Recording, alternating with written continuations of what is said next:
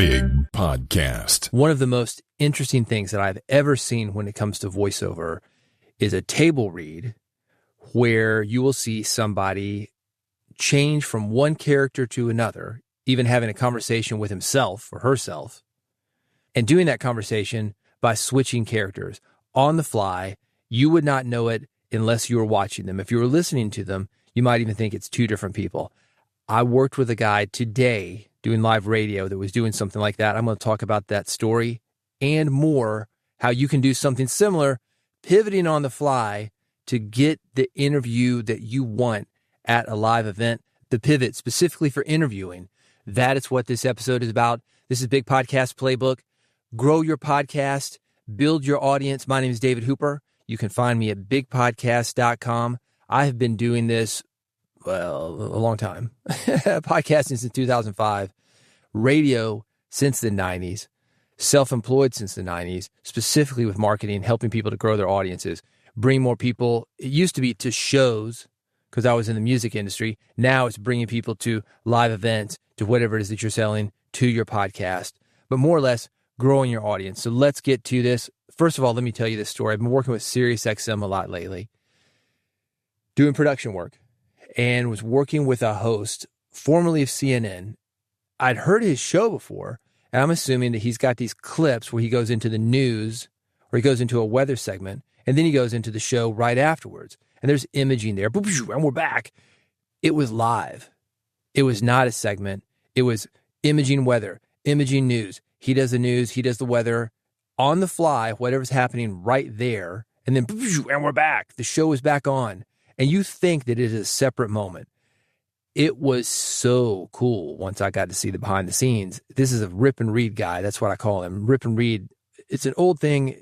It would be like a fax machine or a telex where news would come through. These guys would rip it off the printer and they would read it as if they had done it a million times. It sounded smooth, prepared, and professional. The behind the scenes of it is you don't know what's coming up at you. You are going to be in a similar situation if you do an interview at a live event, really any interview, but especially going to a live event, especially if it is a live event that you have not attended before. Let's talk about live events real quick. Live events, they reward flexibility. The person who is ready to capture the moment as it is happening, capture people in the crowd while they are still there, because it's temporary. Those moments are fleeting. Once they're gone, they're gone. And the people that are there, they're not going to be there forever. They're certainly not going to be in that mindset forever. So the person, in this case, the podcaster, who's going to get the most value from the live event is the one who can recognize what's going on and pivot to capture it on tape. Let me set the stakes here and tell you about this event that I went to. It was the Mid-America Trucking Show, also known as MATS. It is in a venue with 1 million square feet. There was what they call a show truck section. I'm doing a documentary on these. These are trucks, and I'm talking semi-trucks, a tractor and a trailer, that are kind of doing what you would do in Pimp My Ride. These guys have taken a machine that at its base level is probably at this point $200,000, $250,000. With that said, some of these guys are getting used cabs, used trailers, something that would be in the junkyard. It might be $20,000 or $30,000, but a ton of money regardless. And fixing them up with, one guy was telling me he was polishing a tank for 40 to 50 hours. There's 2 tanks on there, and you can imagine polishing a tank at 40, 50 hours, what it would take to polish an entire 53-foot trailer. There are mirrors under these trucks, and these things are spotless. People are looking under them. They have the white glove, rubbing them on the underside of the truck. If there's dust, you're in trouble. And you can imagine there is a lot of dust under a truck. That's actually a trucking saying. Keep the shiny side up and the dirty side down. A lot of dust on the road. So these guys are cleaning all that up, putting a lot into these trucks. That was what was at stake for me. I wanted to get to these people. I wanted to interview them when they were in competition mode, before, during, and after the competition, because the judges, they go through their scoring of the points. I had just a little bit of time to get each of those moments on tape as they were happening. That's the stakes. You're going to have similar stakes with any live event that you do. It's months of work to put these things together. It's months of networking that you can get done in just a few days. It is a ton of people in one space for a limited amount of time. How long would it take for you to go out and find 10 people doing what you do and do individual interviews with them? You cannot beat a live event for that. Multiple guests in one place. There's the built-in energy, people excited about the live event, especially in something like I just did, a contest, a competition, this urgency that people are really into. You can capture that on tape. There's also an element of social proof. When I release this stuff, people say, oh, you were there? Yes, I was there. It was an event, 1 million square feet, 5,000 truckers, tens of millions of dollars of trucks on the lot. People know that with this event. They know your event.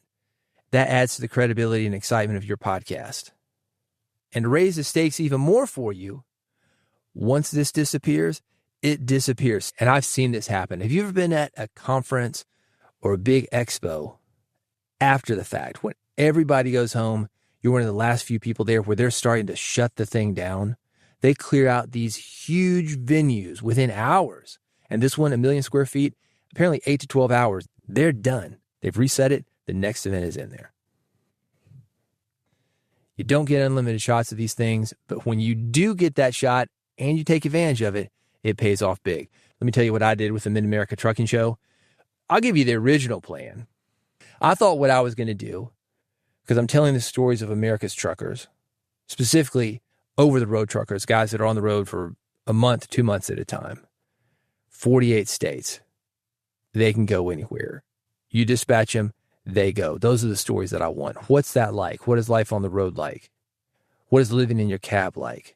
What is your family life like? What is the money like? Why are you doing this? Why are you here? What got you into it? What keeps you here? Are you ready to get out? I want those stories. This was an opportunity for me to meet a bunch of these guys at once. And when I say guys, we're talking probably, 90, 95% guys. There are about 5% women in this business. Also get those stories. What are you doing here? 5% women. How come we're not seeing more women? Tell me about that. I knew there were going to be a bunch of people there. I was thinking about going for volume, something fast, lightweight. Not really social media stuff, but something I could put in as part of a longer narrative.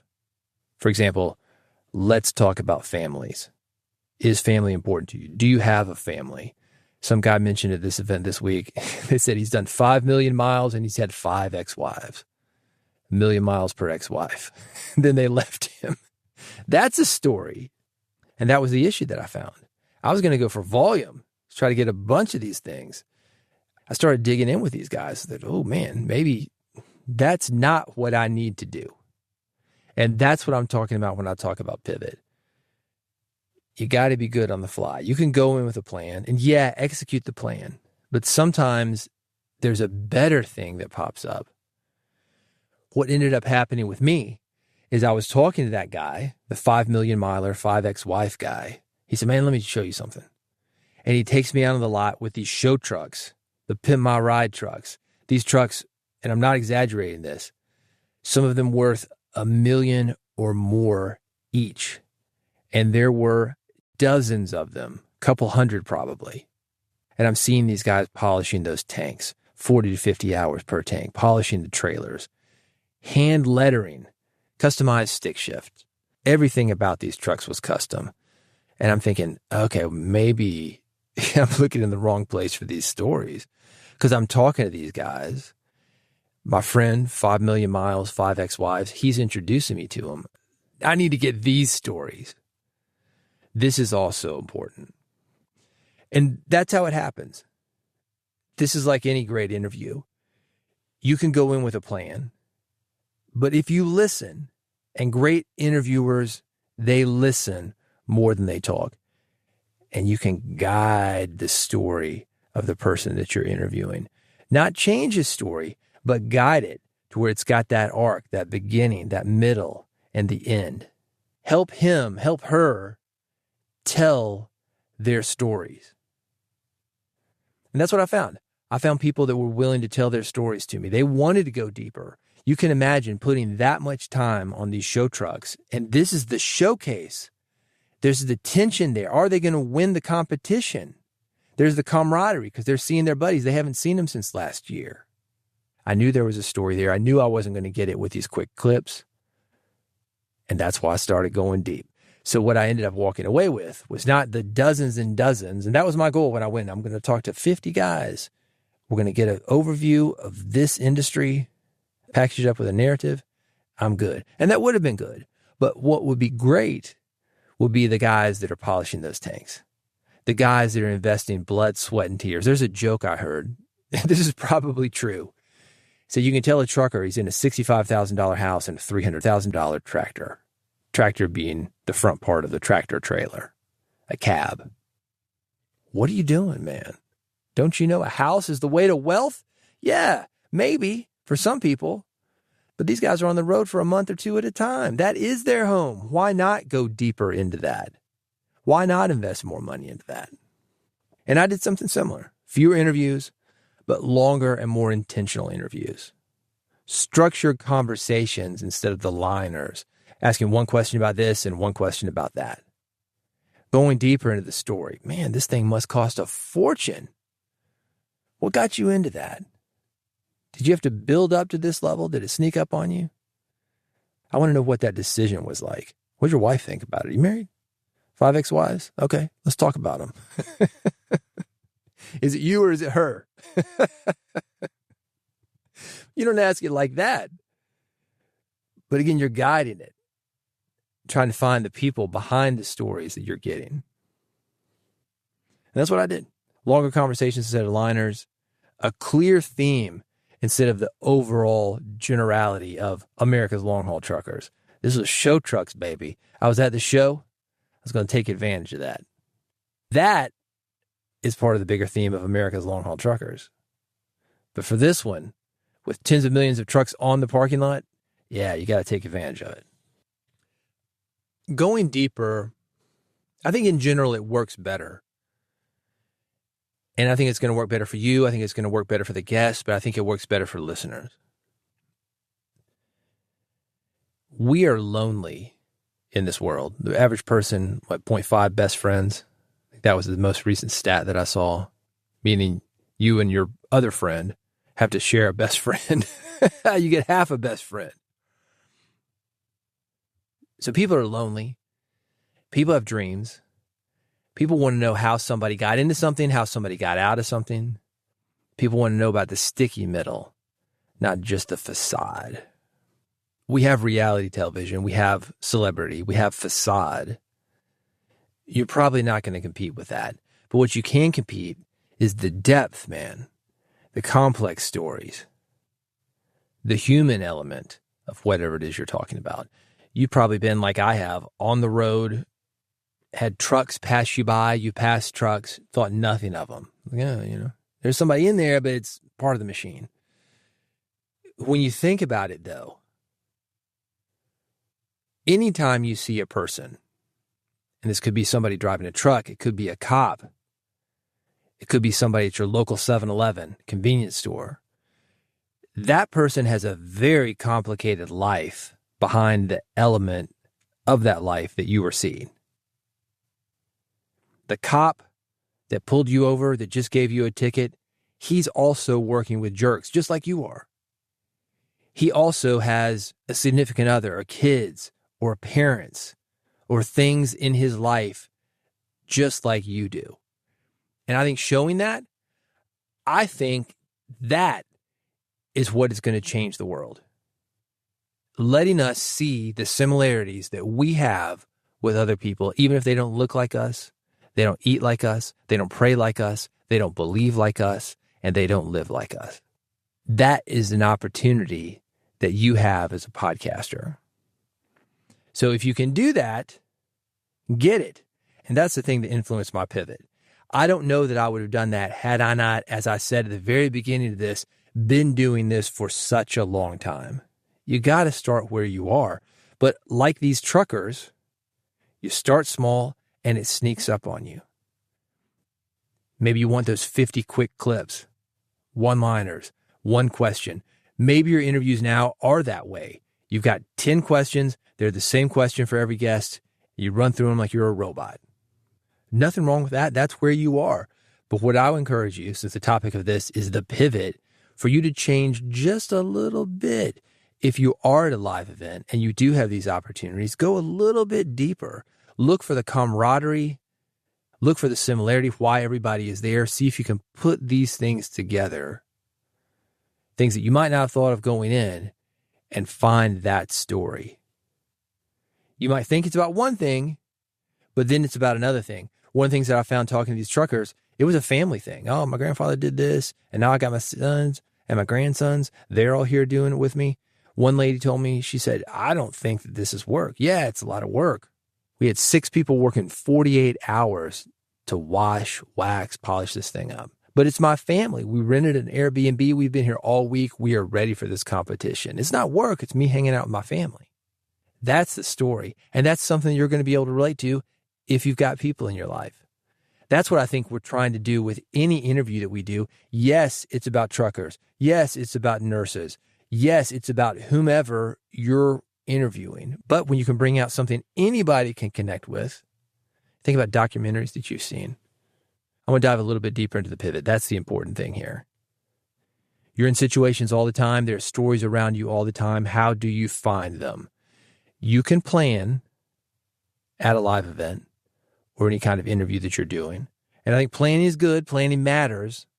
Planning gives you something to work off from, but don't be so structured that you stick to the plan and miss what's happening outside of that plan. Locking yourself in too tightly, that's going to limit the upside of what you've got going for you outside of that window. I would suggest you have a plan A and a plan B. I'd like to go deeper. If I can find somebody to go deep with me, great. If that doesn't work, I'll just get the liners. Maybe it's the opposite of that. I'm going to get a bunch of liners. If I find somebody who's great, I'm going to go deeper with them. You let the room tell you what to make. Are people hanging out with you after you ask them the questions? Are they lingering? Are they wanting to talk more? Is it not just a yes or no? Are they open to it? Are their answers turning into stories? The story, for example, being, yeah, we're polishing this truck. It's not work. It's not even about the truck. It's about my family. Are the people that you're interviewing asking follow-ups? Are they curious about it? What are you going to do with this? Where can I find out about it? Are they interested in talking more? Sometimes people are interested. Some people are not. I have found this. And by the way, this is worth noting. Don't be like these YouTubers to just shove a mic or a camera in somebody's face. Ask, hey, I'm David. I'm working on this documentary about America's long-haul truckers. I got a few questions I'd like to ask if you don't mind. It's nothing personal. It's about long-haul trucking. It'll take about 5 minutes. Let them know what they're getting into. If somebody's nervous, say, look, you see him on the fence. If you want, I can have you answer the questions. And if you don't like it, I'll erase it right here. And then do it. Make people comfortable. Once you dive into something like that, the room, the people in the room, that's going to tell you what to make. I would say that depth beats volume for most podcasts. If you're a brand new podcaster, get the liners. If you're an intermediate, more advanced podcaster, go deep. Longer conversations as far as your podcast, that's going to help you build authority. It's going to help you build authority as an interviewer. It's going to attract more listeners because they're getting something with you that they couldn't get elsewhere. It's going to give you better highlight reels. It's going to help you go from that interview to the next interview to the next interview. It's not something like, hey, I'm Jim Bob from Kentucky and we be trucking. That's not that interesting. But going back to that story of the woman who was there all week, she rented the Airbnb. She's there with her family, her kids and her grandkids, and they're all working on this project together. Even if you're not into trucks, that's a story a lot of people can connect to. Go there. And if you really want to go deep, embed with them. In this case, go to the next show. Go there the next year. Do it over a period of time. It doesn't just have to be the weekend, but that's the start of the embedded review, where you're going back with them, living with them, eating with them, doing whatever. Multiple interviews, multiple opportunities for tape. Going to wrap this up talking about practical strategies. Before the event, do have a core goal, and that could be just meeting people. I'm going to use this podcast, get the liners, just because I want to meet people. Hey, it's David, and you're listening to Jones Podcast. Boom. Done. Hey, yeah. Well, you like this? Here's a card. Love to have you listen to the show. That's fine. But define your core goal. Do you want longer interviews for a documentary or narrative type thing? That's what I ended up doing. Do you want shorter liner type things just to meet people? or just to make your podcast sound bigger. The more voices you have on your podcast, the bigger it sounds. This is a reason for you, if you're interviewing a bunch of white dudes, bring in some black guys, bring in a female, bring in different voices, make it sound bigger. Get a Southern accent, English accent, Northern accent. That will make your podcast sound bigger. Talked about starting short. As that short interview is going, expand on it. If they are interested, you are earning the right to go long. And you can ask them that. You have a little time to go deeper on that? That was really interesting what you just said. I was like, yeah, man, sure. One of the issues that I face sometimes is that people are a little too excited. You probably experienced this if you've done networking in an event. A lot of times people are nervous at an event, especially if they're there by themselves. And by you walking up to them, you're breaking the ice. You're really a security blanket for them, and they're going to hang on to you for a while. All right, thanks. I got what I need. All right, I'll see you around. And you got to bail, man. I mean, get what you need and leave. But at the same time, if it's going well, if they're interesting, go deeper with it. But don't let that one interview keep you from getting the other interviews that you need if you need another interview. After the event, let's say you got all this content, you got the short liners, you got the longer interviews. I would organize it by theme, not necessarily by guest, unless you're going deeper into that person's story. What I find is that, for example, being on this truck parking lot, I found a lot of families. I found a lot of people that were working class people putting everything they had in these trucks. The theme's going to emerge. Maybe you've got a full episode, maybe you've got a series, maybe you've got short clips, you've got social posts, you've got those liners with the different voices like I talked about, something to make your podcast sound bigger. This episode's been about the pivot, what to do when you go into a situation and it turns out to be better or maybe worse than you thought it was going to be. The pivot can change even after you've got your tape. I've got all these long form interviews. I'm overwhelmed now. I can't do anything with them. Well, maybe there's some segments you can get out of those.